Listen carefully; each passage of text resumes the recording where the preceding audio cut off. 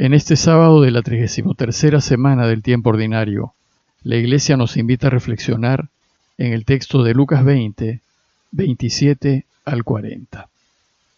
Y hoy, 21 de noviembre, la Iglesia también recuerda la fiesta de la presentación de María.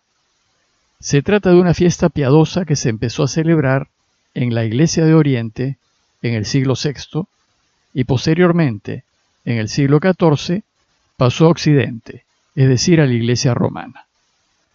De la Virgen María se sabe muy poco, porque los evangelios no son biografías, sino enseñanzas acerca de la buena noticia de Jesús, y el personaje central es Jesús y no María. Sin embargo, la necesidad que tenemos de tener información, y a fin de llenar el vacío biográfico de los 4 evangelios que conocemos, hizo que en el siglo II, después de más o menos un siglo de la muerte de Jesús, y sin testigos directos vivos, algunos cristianos escribiesen obras de tipo biográfico que se conocen como evangelios apócrifos. Estas obras no fueron leídas por las diversas comunidades cristianas porque las historias que cuentan son más bien noveladas, y las comunidades del siglo II consideraron que no se ajustaba a lo que realmente sucedió. Sin embargo, algunas de estas historias de los apócrifos pasaron a la tradición común de la Iglesia, como por ejemplo los nombres de los papás de María o los nombres de los Reyes Magos. Si bien esta información no se encuentra en los 4 evangelios que lee la Iglesia, ha ayudado a través de los siglos a canalizar la fe de la Iglesia.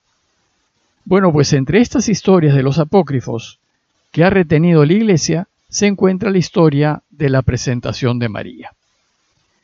Esta historia, que está en el protoevangelio de Santiago, cuenta que la niña María, a la edad de 3 años, fue llevada al templo por sus padres Joaquín y Ana y fue presentada al Señor. No obstante se trata de la historia de un evangelio apócrifo, la Iglesia recuerda hoy la presentación de María, pues es muy probable que, como pudo haber sucedido a otras niñas de Israel, María haya sido presentada al templo y consagrada a Dios. Pero sobre todo, con esta fiesta la Iglesia busca honrar a la Virgen y agradecerle una vez más por haber sido la madre de Jesús. Volviendo a la lectura continuada del Evangelio de Lucas, les leo el texto citado. En aquel tiempo se acercaron a Jesús unos saduceos que niegan la resurrección y le preguntaron: Maestro, Moisés nos dejó escrito: si a uno se le muere su hermano, dejando mujer, pero sin hijos, cásese con la viuda y dé descendencia a su hermano. Pues bien, había 7 hermanos, el primero se casó y murió, sin hijos. Y el segundo y el tercero se casaron con ella, y así los 7 murieron sin dejar hijos. Por último murió la mujer.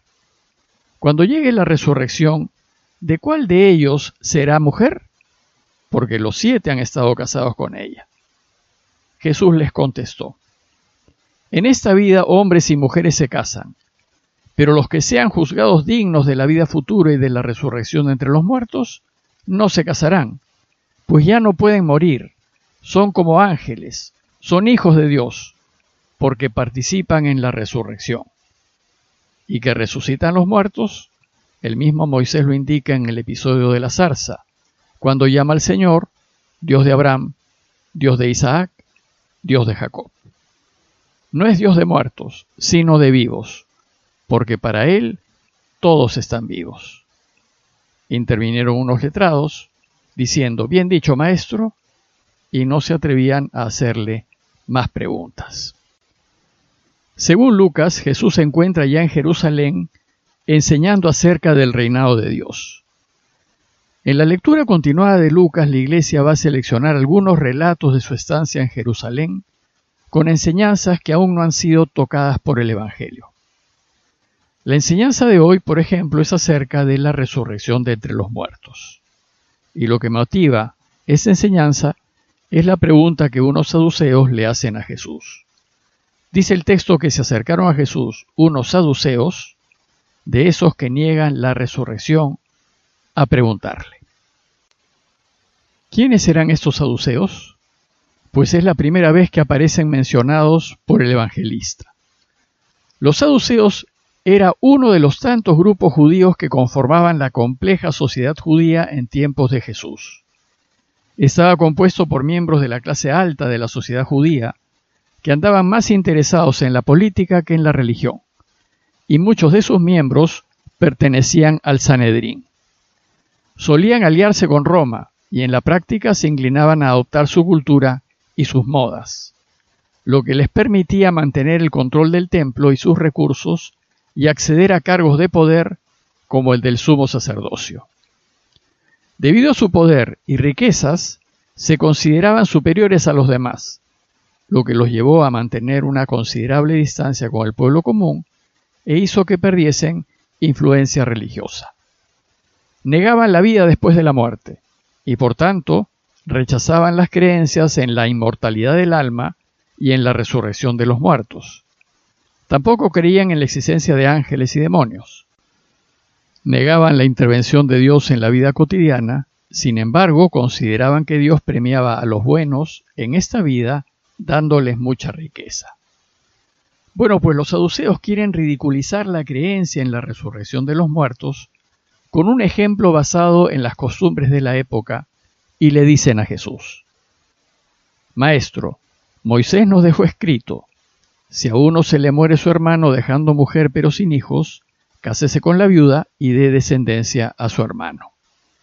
En efecto, había una ley en Israel llamada la ley del levirato.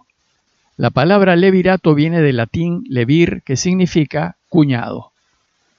Dice la ley en Deuteronomios 25:5: si unos hermanos viven juntos y uno de ellos muere sin tener hijos, la mujer del difunto no se casará fuera con un hombre de familia extraña. Su cuñado se llegará a ella y ejercerá su levirato tomándola por esposa. Entonces, a la luz de esta ley, los saduceos le presentan el caso. Pues bien, le dicen, había 7 hermanos, el primero se casó y murió sin hijos, y el segundo y el tercero se casaron con ella, y así los 7 murieron sin dejar hijos. Por último, murió la mujer. Cuando llegue la resurrección, ¿de cuál de ellos será mujer? Porque los 7 han estado casados con ella. Jesús sin duda creía en la vida después de la muerte y creía en la resurrección de los cuerpos y en una vida de total felicidad al lado del Padre. Por eso la Iglesia, el cristianismo, cree en la resurrección de los muertos. Y entonces Jesús va a defender esta creencia de la mala fe de los saduceos. En su respuesta, lo primero que Jesús va a dejar en claro es que la otra vida no es la continuación de esta. La próxima vida no será una réplica de esta, ni se vivirá como se vive en este mundo. Y por eso Jesús dice: en esta vida hombres y mujeres se casan, pero los que sean juzgados dignos de la vida futura y de la resurrección de entre los muertos no se casarán. La próxima vida será otra cosa, será una vida completamente distinta a esta, porque estaremos en la dimensión de Dios. Y esa otra vida será de una felicidad incomparable que no podemos ni siquiera imaginar, pues estaremos al lado de Dios, que es la felicidad total. En esa otra vida no existe el tiempo, que es una creación, sino un eterno presente. Bueno, pues resulta que la única forma de poder participar de la felicidad total al lado de Dios es que volvamos a la vida, que volvamos a existir. Pues con la muerte, al separarse el cuerpo del alma, dejamos de existir. Y como se ha dicho, el alma sin el cuerpo no es persona. Para que volvamos a ser es necesario que nuestra alma, que no es persona sino una parte de la persona, recupere su cuerpo y vuelva a la vida. La persona, por ser una unidad indivisible de alma y cuerpo, debe tener cuerpo y alma, ya que sin cuerpo no hay persona. Esto significa que la persona debe recuperar su cuerpo, debe resucitar. Y una vez que recupere su cuerpo, la persona vuelve a existir y puede ya gozar de la felicidad eterna con Dios. La resurrección es pues necesaria para una vida después de la muerte. Además, nuestro cuerpo resucitado, el que recuperaremos, será totalmente transformado. Debe ser nuestro cuerpo, nuestro propio cuerpo, para que seamos las mismas personas. Y seremos los mismos, pero no seremos iguales. Como una semilla sembrada en la tierra, una vez que brota, la plantita es la misma semilla sembrada, pero no es igual. Está totalmente transformada. Así también nuestro cuerpo resucitado será un cuerpo glorificado, extraordinario, sin límites, sin defectos, perfecto e inmortal. Por eso dice Jesús que los que resuciten para la otra vida ya no pueden morir. Son como ángeles, son hijos de Dios, porque participan en la resurrección. Para Jesús, pues, es indiscutible que hay una vida después de la muerte y es indiscutible que tenemos que tener cuerpo, que será nuestro mismo cuerpo, porque seremos los mismos, pero no será igual. Jesús termina su enseñanza afirmando su certeza en la resurrección de los cuerpos, diciendo que resucitan los muertos. El mismo Moisés lo indica en el episodio de la zarza, cuando llama al Señor Dios de Abraham, Dios de Isaac, Dios de Jacob. Su argumento final y definitivo es que Dios no es un Dios de muertos, sino de vivos, porque para Él todos están vivos. El que vive, el que es vida, es un Dios de vivos. Luego los que han muerto tienen que estar vivos. El relato termina con el silencio de los saduceos y con la alegría de los fariseos, que a diferencia de estos sí creían en la resurrección de los muertos. Y dice el texto que intervinieron unos letrados y dijeron: «Bien dicho, maestro».